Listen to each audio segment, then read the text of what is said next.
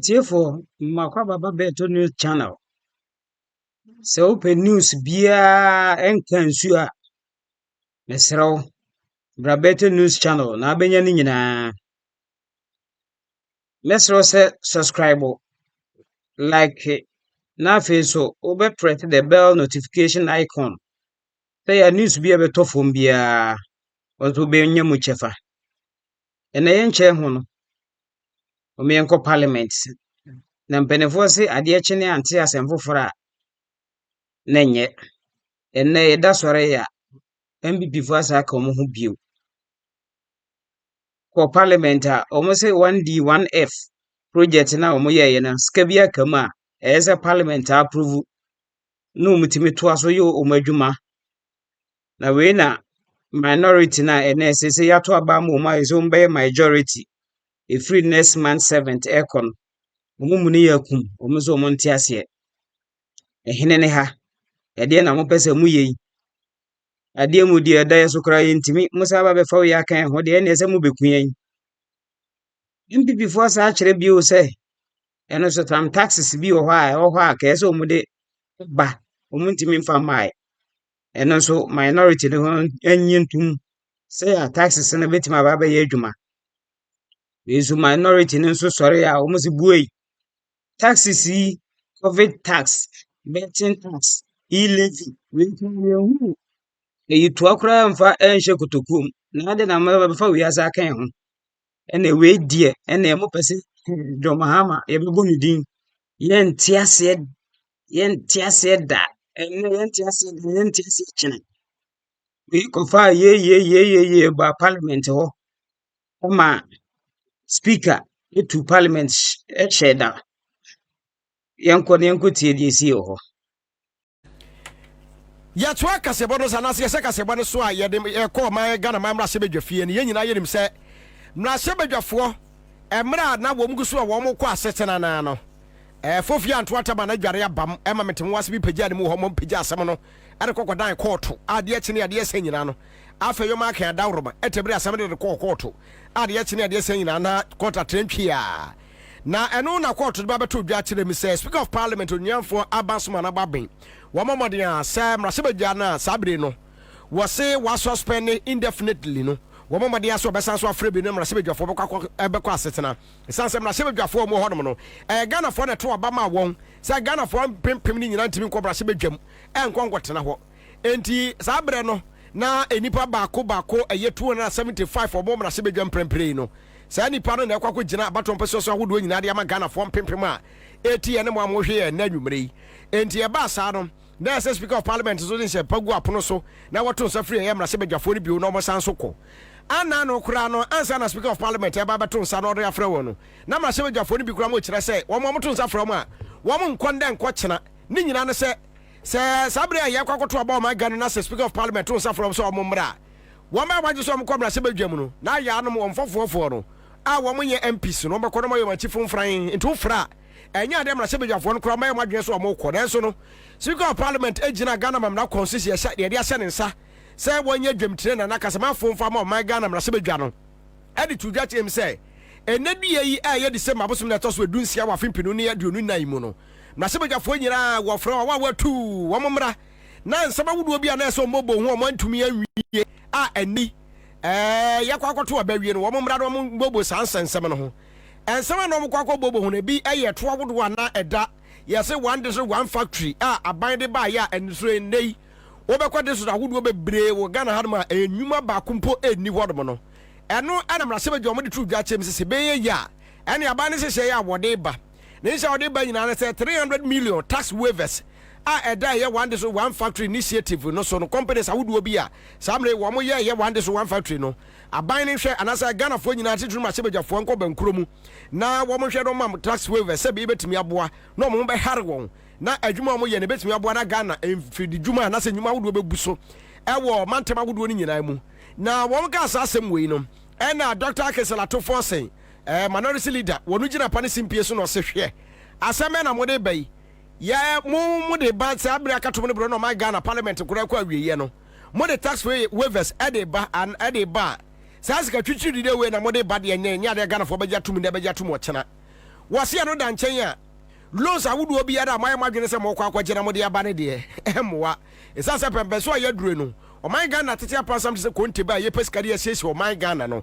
ndi pass yɛ bɛso so saa de so ɔman Ghana mu de ɛnya de ayɛn adomkuba mmrase bedwa mu yɛ bɛso so ɛwɔ kurom hanamo yɛnte asɛm a adwuma ko ɛnya na siam Messi mmrase bedwa ni ɔhɔ no mo and they ɔyɛ minority leader Dr. Kesi Atto Forson wɔde to dwa ɛwɔ mmrase bedwa fie. This morning I made it clear to my colleague, the Honorable Markin, that it would be wrong for an outgoing government to commit an incoming government to millions of US dollars, which will be a fiscal strain on the next budget.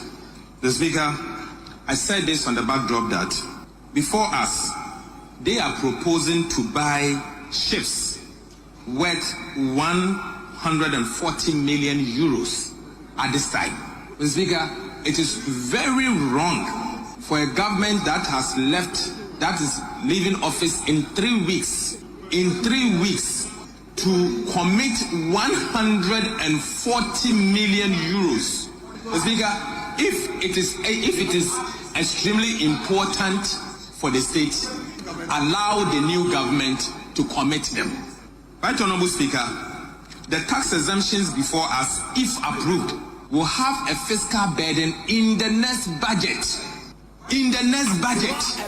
So you are saying that the next government should carry your burden of $350 million? Mr. Speaker, no way. No way. It's not going to happen. Activities before us cannot commit to the 2025 budget. You don't know the priorities of the next government.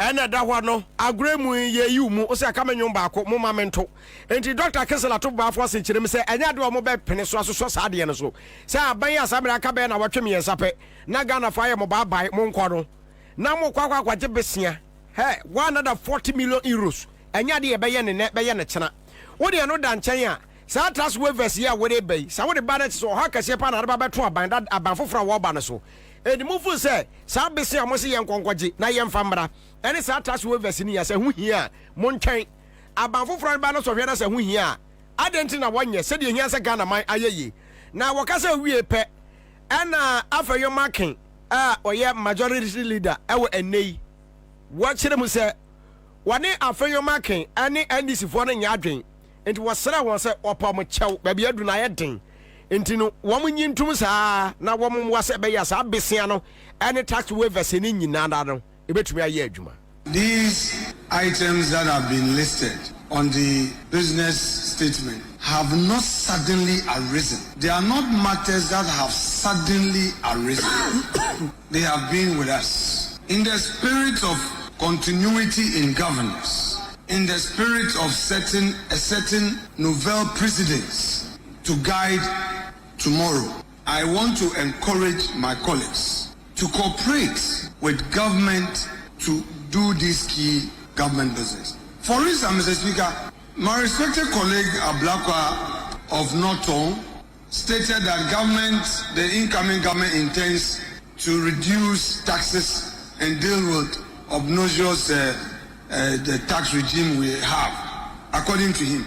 If that were to be so, why will this same incoming government reject the 1D1F, which is giving an incentive? Because we don't want too many imposition of taxes on corporate Ghana. What this tax is doing, is to take away the taxes. You say that you are going to repeal taxes. We are giving an incentive. You say no.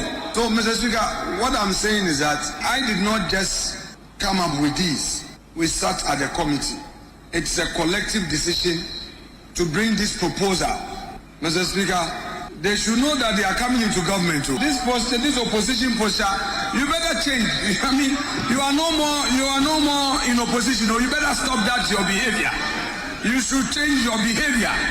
We should see signs of your readiness to govern and stop this violence, chaotic, bugaga thing. Stop.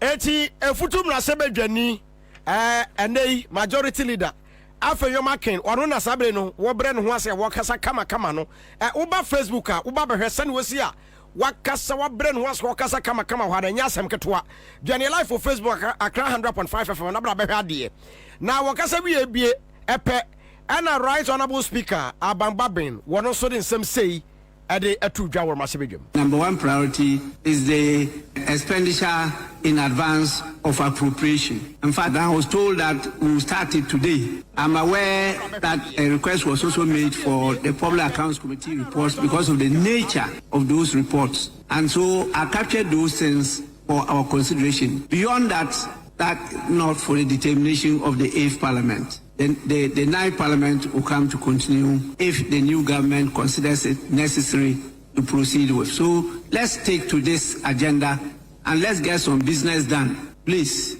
these items found space on the order paper because they are pending business. And so if you look at the standing orders, you have to keep on capturing them. They are business before the House. They were earlier on admitted by the Speaker. They were presented to the House. They are before us and they are not completed. So they will always find space in the order paper. But I have stated clearly that in view of the limitation of time and the season, we will not do justice to this business if we decide to take them now. Right honorable speaker Abansumane Babin ne ene kokotie ye no na me yegwa ahoma so na ye konkodi nkomo yamane boni otonkra ahoma na tiko na yamane boni otonkra free of my mra sebedwafie Havila Kekali ewa ahoma so na ye no enkonkodi nkomo na nyasam keto akora utimu se incoming majority for no womani abre papa wamsa nya de wo metra se na ba we aboka na wagya ho akoda wamo ntwema ne ne entwema no kyena eti weni ne yakwaso so Havila Kekali asan so aba homa ne so bio ye ne Havila Kekali nkodi nkomo awantumi anyina so a ye nkonsa foforo mafia Yo, abusianfo yento akase aba no so na yenkoye ni mo ensem foforo mo. Na no memenda ye to aba no omampanyini dada John Dramani Mahama na Ghana fo kire se.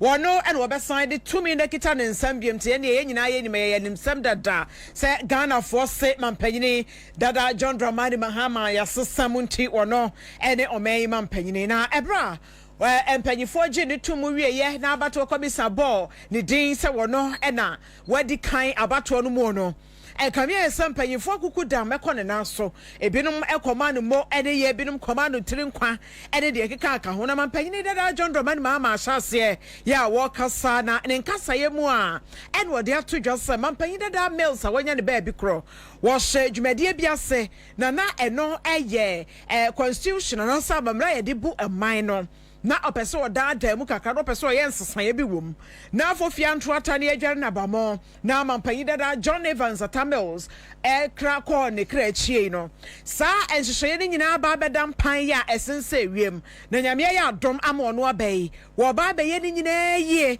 na odinani asan ma Ghana mamra no mo na afa wo hye ne esafata se esesa no ne wo se ye ne yie ne ntokro de da ho ya emma kwan ma mamra ne ntimi nyina ne na aso brane no ni nyina wo ba besesa ni nyina mo na watumi aye ne yi aboa amome ye tumi akonani mpa isansa ba wa bai wo ba be pepa wo mai mu nyina na wo gugu mu spray ama omai no emu aye cham yie pa wo de nsebi nyina to dwabra Ghana Pentecostal and Charismatic Council ekọ ne na so ekọbọ ne nsra en wo de eto dwase sa hyehyeye no ewo na koma pono so nti wo gide se no mpo ena nyankopon nam so a wo ma na kwanya biemu so befa Ghana banya no entra so waso wo mpasa woni mpasa ade a wo ba beye enafem enya de ketwa enya de wa nanso wo bekom na wakoma komu atetete ho ba so fo bedwakuo amode wani asemu ahunu se ade ne betumi ayeye na afa wo hyase aye wo se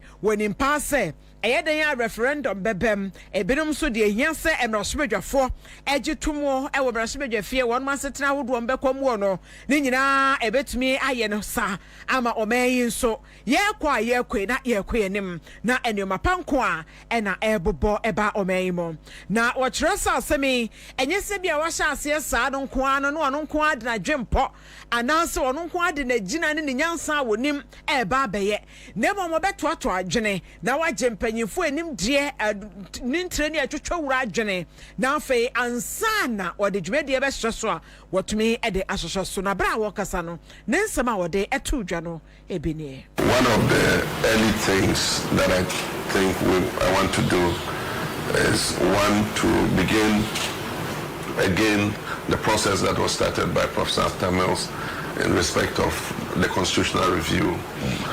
It stalled at a certain point, and for the last 8 years, we haven't moved it anywhere.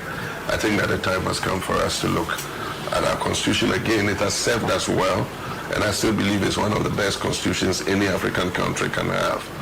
But after using it for several years, we realized that there are a few parts that we need to tweak so that it can serve us for even further generations to come. Okay. And so one of the things that I intend to do is to hold a national validation conference where we would bring all stakeholders in a form of consultative assembly. The legal people will know how to phrase it so that we can move it forward. Now what we want to do is to bring the constitutional review report back to this validation conference. There might be things that we flagged that we wanted to amend that might not be necessary again this time. And there might be new things that we didn't really take notice of that will become important for us to include in the review. I mean, for instance, if you take the impasse between Parliament and the judiciary, nobody anticipated that a situation like this would arise. But once it's arisen, we must clearly state what the mandate of the Speaker is, so that it's unambiguous, so that nobody has to go to the Supreme Court to seek interpretation about what the Speaker's role is when vacancies occur. So these are some of the things that I think a validation conference like that will help to streamline. And once we've done that, we can separate the two amendments. We have the entrenched clauses and we have the non-entrenched clauses. The non-entrenched clauses are easy to pass because it just has to do with Parliament. And so once we all build a consensus around the non-entrenched clauses, we can send them directly to Parliament. Abusuafo ne ayete Ghana man panyina ya to abayi no enche obetre banwa no so na obuo man man panyina da John Dramani Mahama.